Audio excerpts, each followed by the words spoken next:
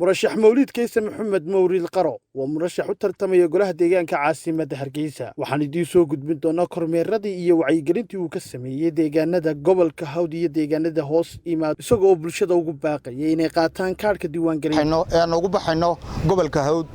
iyo tuulooyinkiisa kala gadisan uu ka kooban yahay gobolka Hawd si aan u soo wacyigelino population-ka ama mujtamaca ku nool gobolka Hawd yar iyo weynba sida ay u qaadan lahaayeen kaarka maanta codaynta ama doorashada inagu soo foolay ee golayaasha deegaanka iyo baarlamaanka lagu soo dooranayo inay u tafaxaytaan ay u qaataan kaararka ayaan maanta u baxaynaa run ahaantii baarlamaan iyo gole deegaanba waan isugu jirnaa wufuuddu way fara badan tahay qaarkood way naga horeeyaan qaarkood way nala joogaan muhiimadda kaliya ee aan u baxaynaa waxa weeye sidii ummaddu si siman ay ugu qaadan lahayd kaarka iyadoo waqtigii hore dayacnaan hore fara badan ay dhacday inayna maanta dayacmin kaar qaadashadu xisbi wadani ahaanna waxaanu ka midaysanahay hadday tahay guddida fulinta heer qaran iyo hadday tahay heer gobolba sidii ummadda aan ugu wacyigelin lahayn inay qaataan kaarka diiwaangelinta runtii halkan aan goobtan aanu taaganahay maanta waxa weeye xaruntii gobolka Hawd ee Balligubadle oo ataaladiisii arkasaan ama bartamihii degmada Balligubadle anagoo ku taagan uu hogaaminayo gudoomiyaha xisbiga wadani ee gobolka Maroodijeex Hamse Ciise Cabdi Shire iyo xildhibaanada baarlamaanka iyo golayaasha deegaanka bay isugu jira ee xisbiga wadani uu hogaaminayo taasoo ugu kuurgalayna ama aanu ku boorinayno ummadda ku nool gobolka Hawd sida ay u qaadan lahaayeen kaarka codbixinta waxaan halkan ka faraynaa ama ka wacyigelinaynaa ummadda ku nool gobolka Hawd walaalayaal inay qaadataan kaarka codbixinta kaarka codbixintu waa masayrkaagii weey aad waxna ku diidaysay waxna ku yeelaysay walaalayaal sida awgeed waxaan mar labaad idinku celinayaa inaa u dadaashaan kii sanadkii hore ka habsaamay iyo kii qaan gaadhayba labaduba inay si ugu dhaqsaha badan Ilaahay idamkiisa ay u qaataan sidoo kale waxa murashaxu hadda markii ay ka bilaabmatay kaar qaadashadu wacyigelinta ka bilaabay gobolka Maroodijeex iyo deegaanada hoos yimaada isagoo murashaxu dadka waaweyn ee aan socon kareynin u dirayay gaadiid soo qaada oo keena goobta ay ka socoto kaar qaadashadu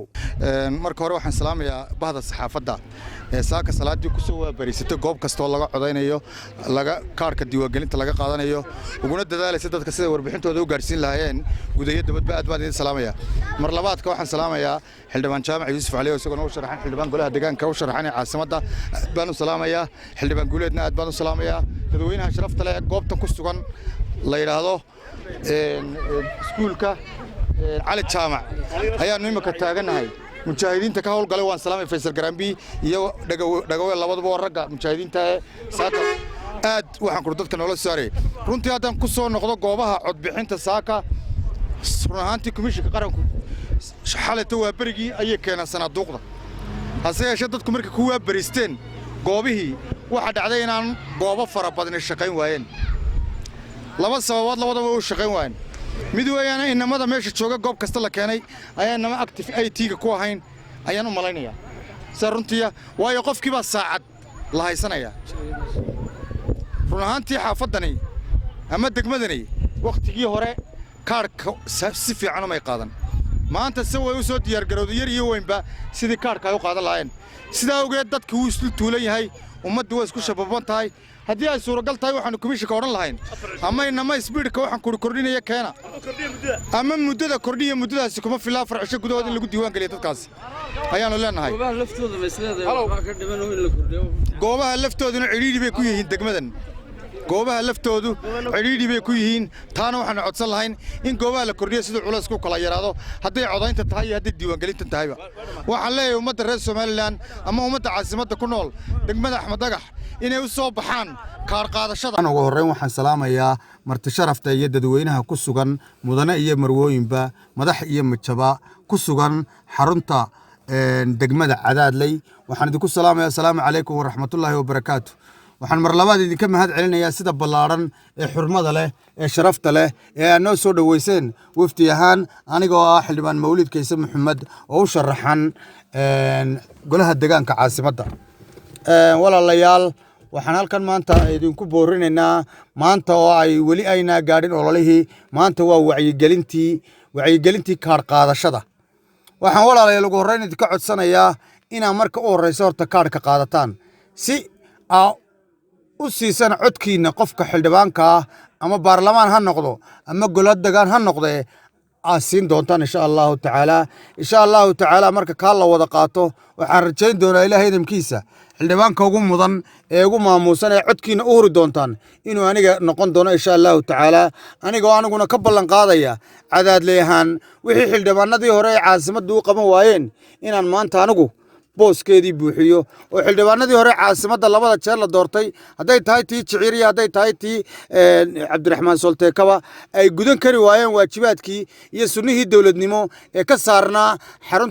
xarunta degmada cadaadley iyo nawaaxigeeda hoos yimaadaba waxna u qaban kari waayeen kolay cagaf ku tahayna waxba ayna u qabanin anugu waxaan ballan idiin qaadayaa inaan waajibaadkeeda iyo sunnaheeda iyo xuquuqda ay leedahay cadaadley nin gudan doono inaan ahay insha allahu tacaala idinkuna codkiina ii huri doontaan والسلام عليكم ورحمة الله وبركاته. reer axmed dhagax ee halkan isugu timi dugsiga Faadumo Biixi ee u soo baxday maanta isdiiwaangelinta oo ay maanta u dambayso kana rajaynayno insha Allah tacaala iyadoo aan goobihii ku filaanin dadka in laynoo kordhiyo waxaan idinkula dardaarmayaa inaad ku dadaashaan mid yar iyo mid weyn inaad ka saartaan xaafadaha iyo goob kasta joogaan keenna jilicsan keenna kale inuu mid kastaaba qaato kaarka diiwaangelinta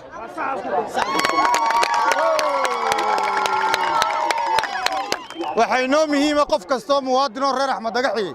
inuu qaato kaarka diiwaangelinta si uu qofku doonayana ugu codeeyo qofkaanu doonayna aan ugu codayn haddiise kaarka aynu qaadan weyno diiwaangelinta cidna waxba kuma taraysid qofku haddaanu kaarka diiwaangelinta qaadan cidna waxba kuma tarayo waxaan taageerayaashayda farayaa mid walow kastoo inaad midigta ku haysto kaarka diiwaangelinta ood meel adag heshato warqadda iyo dukumentigaaga si aad codkaaga iyo taageeradaada u muujiso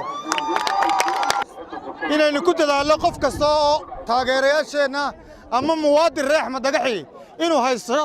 inuu haysto kaarka codaynta ee uu ku codaynayo hadday tahay doorashooyinka golaha deegaanka iyo hadday tahay ta baarlamaanka iyo hadday tahay ta madaxtooyada soo socotaba waxaan idinkula dardaarmayaa mar labaad in qof yar iyo qof weynba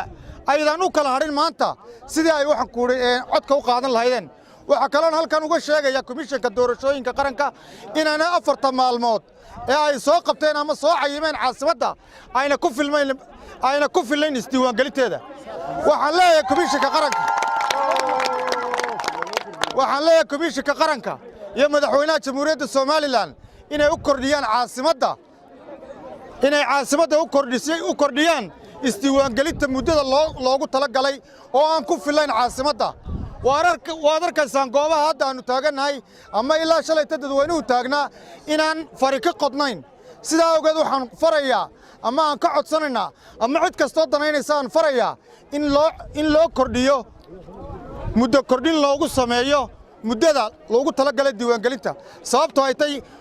kuma filla shacbi weynaha caasimadda ku nool 4 cisho loogu talagalay waxaanu rajaynaynaa codsigeenaasi inuu gaari doono cidda ay khusayso ee ah komishanka doorashooyinka qaranka waxaan mar labaad ka codsanaynaa mujtamaca halkaa taagan kala badhow badhin aanu qaadan weli diiwaangelintii sidaa awgeed waxaanu komishanka doorashooyinka ka codsanaynaa inay u kordhiyaan muddadii 4 cisho ahayd uguna daraan 4 cisho ama 5 cisho inta u yar tahay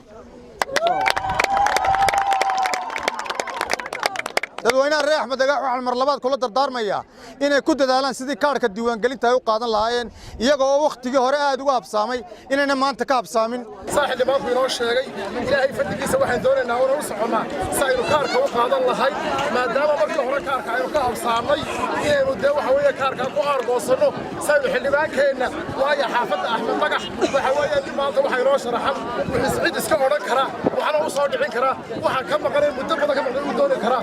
محمد markaas waxa qaban kartaan isagana u hiilaysaan saasaan xildhibaanku mar walba dadaal ugu jira afadaha u maraya oo goorta u soo baxay waxa weeye kaarka ina qaadataan si ay ugu hiilisaan oo u codaysaan hadii alla yiraahdo marka waa ka codsigina waanu gudbinay ilaahay fadligiisa cid qosaysana waxa laga wada dhageysan doontaa arrinkeena waa la furin doonaa marka kaarka qaata